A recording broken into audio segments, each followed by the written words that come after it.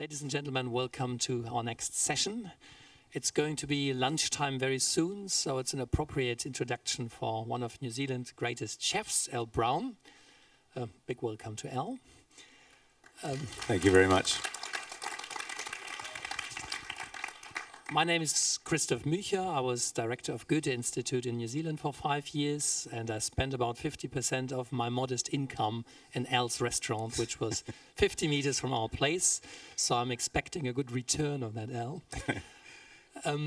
Our subject today is food and drink in New Zealand, and my first question to Al would be, when you're entering a new country and you're a good traveler, what profession do you actually write in the immigration form? Because you're such a multi-talented man. Cook, actually. Cook, that's yeah, good. It's, yep. I mean, I guess that is what I am. I'm a cook, but obviously I present and I write, writing for me is something that I enjoy, but I find it very, very hard to do. But it eventually comes, and I enjoy. I guess my books are about obviously about food, but a lot about people and place. And a cookbook for me has to have you know, a lot more than just recipes. It has to be a read for a number of people, and that's important to me. Right, we're getting into that a little later. First of all, we're going to be a little back in history. In 1996, it was my first journey to New Zealand, and as every traveler, I had the Lonely Planet, and the food and drink pages at that time would state food and drink, worst English tradition. Fish and chips, bad beer, and bad stuff. And in the same year, Al and Steve Logan opened Logan Brown in Wellington, which is an iconic restaurant. So there must have been a bit of a change at that time. Can you tell us a bit about that? How did New Zealand change from this? It's a great question, actually, Christoph, and one that I talk about quite a lot. I mean, we're a country that you know, 40 years ago, I guess we could have described it as a bit of a culinary wasteland. We were bound by English tradition. Our food and I guess our if you were talking about a national dish back then, or what you could expect in New Zealand, and would be roast lamb and roast vegetables, and Mum would probably put the roast in at 3 o'clock with the vegetables. So we ate a lot of grey meat and with pan gravy, and we'd have what is called as pavlova, which is basically a meringue. But it was incredibly. I guess when I think about it, I grew up on a farm, and we did have we had an orchard, so we had lemons, and we had apple trees, we had you know, gooseberries, a few things like that. We grew vegetables. We were a very frugal bunch, but we didn't have a great deal of. I mean, we were just a country that was, because of our geographical position in the world. There wasn't a lot going on, but I guess 40 years ago we started something that is very common in New Zealand, is called an OE, which is you know, shortened for overseas experience. And so Kiwis typically they finish school, they work in a menial job, earn enough money, and then they put a pack on their back and they start to travel. And that, to me, I think is how the cuisine started, or how we started to realise. I think we travelled, we came back, and we realised that we could grow, and we had all that. We had seasons, we had 4 seasons. We had New Zealand's a country that is geographically changes quite a long way from the far north, which is quite subtropical, to the far south, which is relatively cold. And so in those 40 years, from a culinary wasteland, I guess, we now, you know, we can count.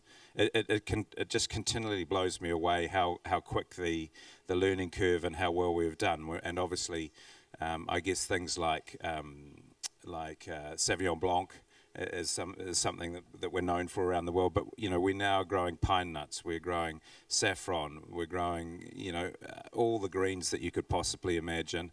And so this prolific boom, and I guess we're very, very fortunate because we haven't feet now, and it's I guess for a long time it was about copying other people, and it was about taking things from different countries, different cultures, and different cuisines. But now we're sort of we've got to this stage where we're becoming very comfortable in our skin and understanding what food is to us. Don't tell too many people, because the restaurants might be too full one day. Yeah, that's right. I'd like to stick in history. I mean, you mentioned your upbringing on a farm, and those of you who read Go Fish, Al's first book, absolutely magnificent book, you can read a very typical Kiwi New Zealand upbringing. And it must have been a bit of a shock for your family that the son didn't turn out to be the typical Kiwi bloke and a typical Kiwi bloke's job, but became a chef going to the kitchen. So how did that happen? And what was the reaction of your family? Yeah, I was the only son in a quite a large sheep and cattle farm in an area called the Wairarapa, and I was expected to take over the farm. I didn't really like sheep that much. But I liked hunting and I liked gathering and I liked the land a lot, but I didn't like the actual work that we had to do on it. But and that's when I sort of, I guess I started travelling and I started working in kitchens, and I felt things about kitchens that I love. I started as a waiter actually, but I was a terrible waiter because I was always fascinated with what was going on in the kitchen. And kitchens are very dramatic places, and they're sort of dangerous. There's knives everywhere, there's fire, there's no seats, and it's this organised chaos, and yet at the end of it there's this lovely gift of plate after plate after plate of food going out, and I just became mesmerised by it, and I think probably it's helped my training or where I am as a person, as a chef, is by having, by being connected to the land, and that's a very big part of it to me, but to be connected to the produce and to the product, and that's what New Zealand's about. It's a produce-driven cuisine, and so for me to have grown up on the farm and to have been connected with the land, it sort of sets me up for who I am today. Right. Before we go into details about your books and also your philosophy of food and drink, maybe one recipe of your mother you recall. Well, that's people ask about what is New Zealand cuisine, and they've been asking that question for a long time. And as I mentioned at the beginning, a lot of it is, I guess, the English heritage, and we were frugal. And so if I think about the food that we can sort of hang our hat on, was that we were great at. We didn't want to waste anything, so.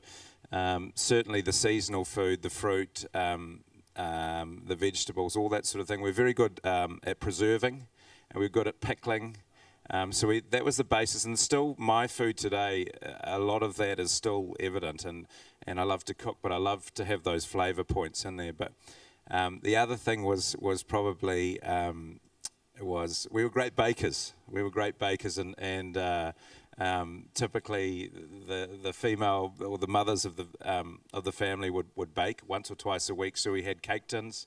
And if I could think of, Mum was not a great cook, and Neither's she's mine. not here, but she was pretty good at baking, and we have a thing called ginger crunch in New Zealand. It's a little bit like hokey pokey, which I've been working in a restaurant the last couple of days, getting ready for a dinner tomorrow night, and with Peter Gordon, who's a fantastic New Zealand chef, and probably our real main ambassador on the culinary stage. And he did hokey pokey ice cream, and the whole kitchen's full of chefs, and everyone's just going hokey pokey, and it's just a very simple thing, but delicious. And ginger crunch is a little bit like that. Excellent. Well, this is a book fair, so Yeah. we have to go into books now. About 10 years after you opened that iconic restaurant in Wellington, you had the idea of having this book, Go Fish, which is not a boring cookbook, but it's full of history and philosophy of food and drink. So tell us a bit why you did it and what's in these 600 pages. 300. Don't exaggerate there, Christoph. But so Go Fish was something that I felt was inside me, and I wanted to write about it. The ocean is, we're a small country, we're surrounded by an incredible ocean, and for me, again, I talk about the cookbook, but a lot of, obviously I cook, and I love to share recipes, and certainly cooking for me is all about sharing. But the stories, I wanted to really, I guess, write about my connection to the ocean and the way it is, and and its importance to us, and its importance to us is for everyone, whether it's Maori or European, and I guess there's a lot of messages that I wanted to get out there, and that I wanted to write about. I wanted to write about my connection from a very early age, and I grew up, as I say, on a farm in a rural environment. But every year we would have our summer holidays in January, and we would travel to a little beach called Castle Point, and we'd stay in a little wooden caravan, and everything around those days was around low tide, and low tide is, to me, it's like when the ocean sort of reveals, it pulls back and lets you get in and gather, and then it closes it up, and it's sort of a natural sustainability every 12 hours a day. And for me, it was very poignant thinking about when I was writing this book that how special that was, and that we should never ever lose that, and we have an incredible opportunity as a country to really look after that resource. And so for me, writing Go Fish was about my connection to the ocean, but it was also about messages of understanding, because it was so prolific, and it still is relatively prolific, and easy to get a feed from the ocean. But we were always so spoiled. Maybe you want to show your T-shirt, because that's actually a good illustration of your philosophy. This is, you might, it's a pretty terrible brand, obviously, Lucky Strike, but it's things like, these are some T-shirts that I do, but these are kahawai and smoked kahawai. That's a fish. It's called the people's fish, and it's the one fish that we can generally catch every time we go out, and it eats beautifully fresh, but smoked, it's amazing. But I love to play around with ideas, and on the side here it says sturgeon's warning, take only enough for a feed, and I think those are the sort of points that I'm wanting people to understand, that you can go out still in New Zealand, you can catch a lot of fish, but we should only catch what we need for that particular purpose. And I'm not poo-pooing fishing. I want people to, but if there's two of you, you just take one fish, or you take two fish. We don't, even though we're allowed to take a lot more, you have to think about what your requirements are. If you're having a party, by all means, catch a few more fish. If you've borrowed the lawnmower from the guy next door and you owe him, grab him some fish. But it's about, so for me, the book was about messages. It was about understanding that there are a whole lot of fish in the ocean, and they all eat incredibly well. So it was a chance for me to show people recipes using all the different varieties, instead of just hanging our hat on what are, I guess, considered in New Zealand the premium varieties. And it was about eating fish, whole fish, and eating all the fish, and slowing down. And so, we came from a country where you could go and catch a fish, so we'd just whip the fillets off and we'd eat just the fillets. And that really began to bother me, the wastage that we were doing that. And it was all about speed, and it was all about quick. We know all about that in this country. Yeah, so. but if you cook a whole fish and it's full of bones, that means there's more time around the table. That means there's more time for conversation. There's more time for argument. There's more time for laughter. There's more time for more wine. There's a lot of great things there. And so for me, a lot of how I cook today is about getting people around a table. And that food, I love to cook great food, but a lot of it to me now is it's just the vehicle for conversation and bringing people together. And that's what's important to me. So all the books I try and have a message in there, and hope that people take up on that. Which leads us to your second book.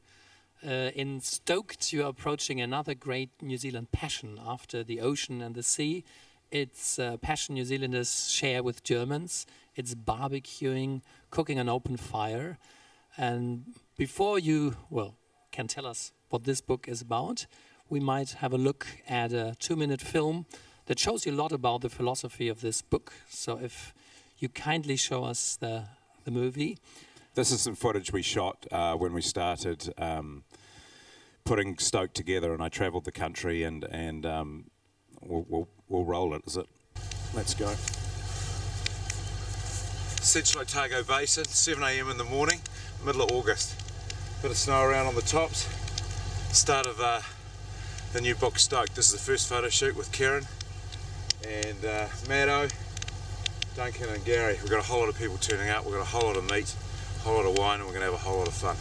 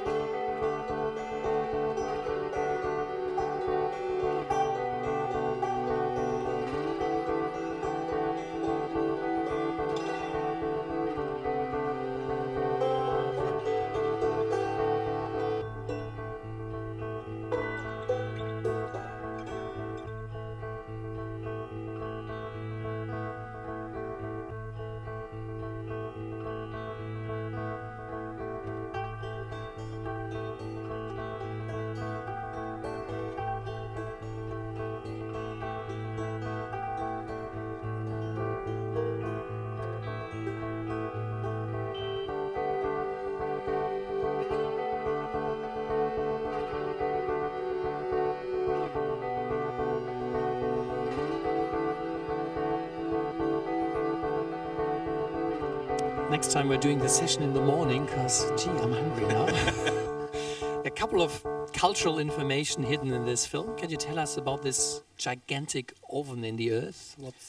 Yeah, it was important to me to, you know, Stokes was about, again, trying to get that message about slowing down and, you know, the process of cooking and certainly lighting a fire. And I love the risk involved and the actual, that there's no temperature gauges, there's no dials. You know, when you're cooking with fire and any sort of fire, it's all about feel. And I enjoy the rewards of that. I really love to cook. I've never been into the molecular scene. I could never cook anything in a plastic bag submerged in water. It's just not, it doesn't fit with me. But culturally in New Zealand, I think what's wonderful is that, you know, there is this, there's these different, you know, nationalities that still continue their traditions from the countries that they came from. And the pig that you saw there going into the heated pipe, which was absolutely extraordinary, was the Chinese community that you know, my dentist was a wonderful third generation Chinaman, and he I was telling him about the book. He's a great friend, and you know, he was telling me about his grandfather used to do this traditional way of cooking a whole pig in a pipe, and he called it pig in a pipe. And so I was like, as I was lying in the dentist chair, thinking of I needed to find you know, who still did this, and when you dig deep enough, you'll find it, and because the fun police had probably or the health department probably wouldn't be too happy with that sort of thing, but there are still people that are very feel very passionate about keeping those sorts of things alive. So I spent a weekend with the Chinese community. I brought a pig to them, and again, and it's like Maori that do hangi, that they cook under the ground, and these processes of eating and cooking are times that take it takes a full day, or it sometimes takes 2 days, and that gathering of people and that anticipation and that patience of waiting for the food somehow makes that food taste even better. And I just, you know, I think New Zealand now, you know, we talked about travelling and overseas, but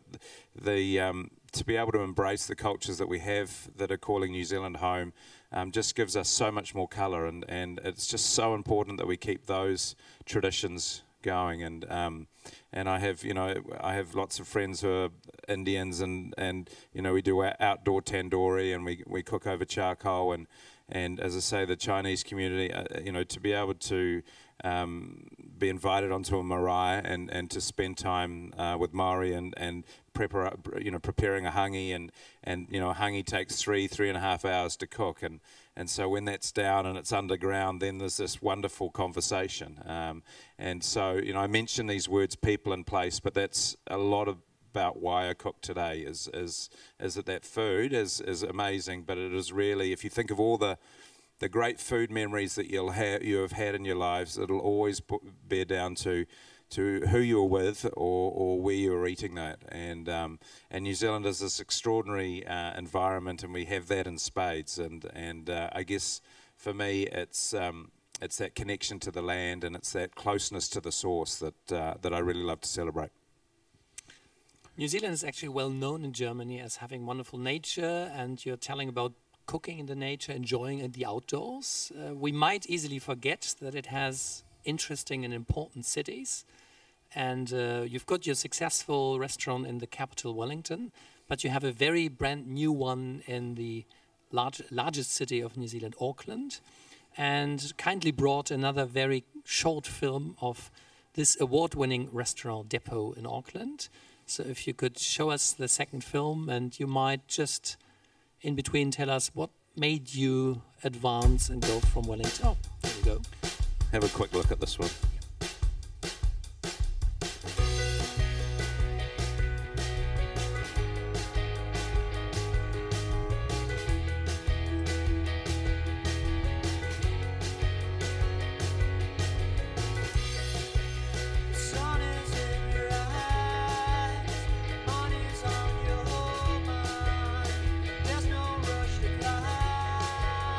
Time is on your side.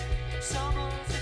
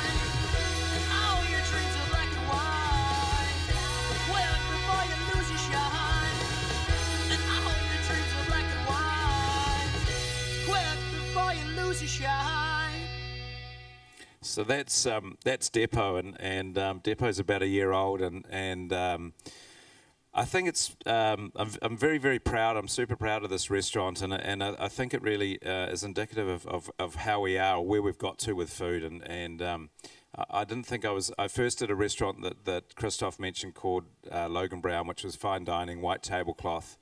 And that's typical. Old bank. In an old bank. It was beautiful, and that's that typical New Zealand. I came back from training, and I wanted to take on the world, and that's sort of a New Zealand. We always sort of feel like we're an underdog, and we want to do, and that we want to take on, and we want to be as good as anyone else, and certainly we did a great job in that restaurant. But now, even 16 years later, it just how things have changed, and Depot is about. I thought about why do I love, when am I at my best? When I'm eating and enjoying company, and it's basically, we have a thing in New Zealand called a batch, and a batch is like it's hard to describe, but it's a summer home, or it's like a summer home, but it's very, very informal. There'll be all the chairs will be mismatched, all the cutlery will be mismatched. There'll be a couple of wine glasses with stems. There'll be other ones with, jam jars, and they're places where, you're on holiday and you're feeling at your best, and you eat very, very well in these places, and it's all about generosity. It's all about laughter. It's all about fun. And so when I thought of if I was going to do a restaurant, I wanted to do something. I wanted to try and commercialize the batch, I guess. And that's what Depot is about. It's high octane. It's super fun. Elbows on the table are encouraged. The cutlery is silver, but it's sitting in a tuna can. We shuck a whole lot of different oysters and a whole lot of different clams, etc., to water. So that's that feeling of what we have at the batch. And then all the cooking is cooked over charcoal or cooked into a wood-fired oven. So again, it's that informality that we celebrate. We have wine on tap, but it's great wine on tap. It's fantastic Pinot Noir, and it's fantastic Sauvignon Blanc. And people are a little bit aghast by that. But all we're doing, every bottle of wine that you drink, it came out of a tap to get into a bottle. All we're doing is eliminating the bottle. So, so there's some great messages around that, and we serve it in a tumbler. And it's, to me, again, it's a lot about the New Zealand personality. It's not about taking ourselves too seriously. It's about being generous. It's about the product.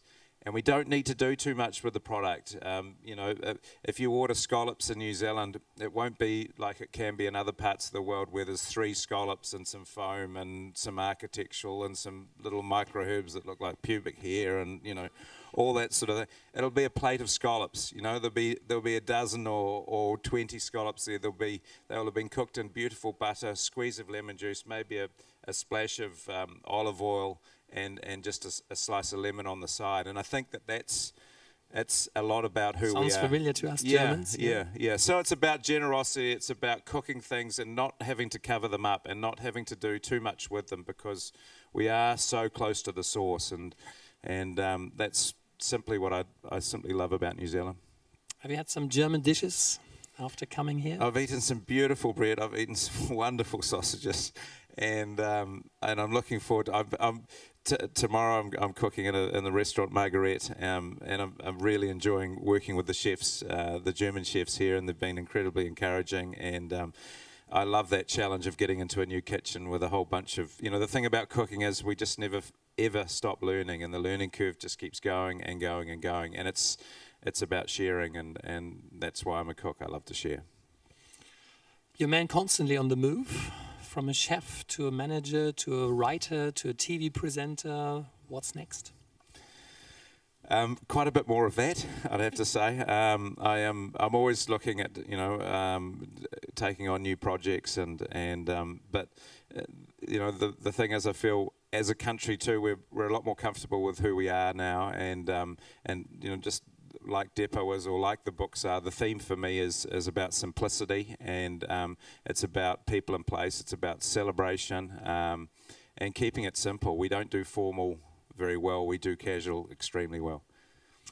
Well, I don't know if they're selling your books outside. Do have a try. You have to have them. They're good literature, they're good cookbooks, and you can grab Al outside. And before that, giving him a great hand. It was lovely talking to you, Al. Thank you very, very much. Thank you for having me.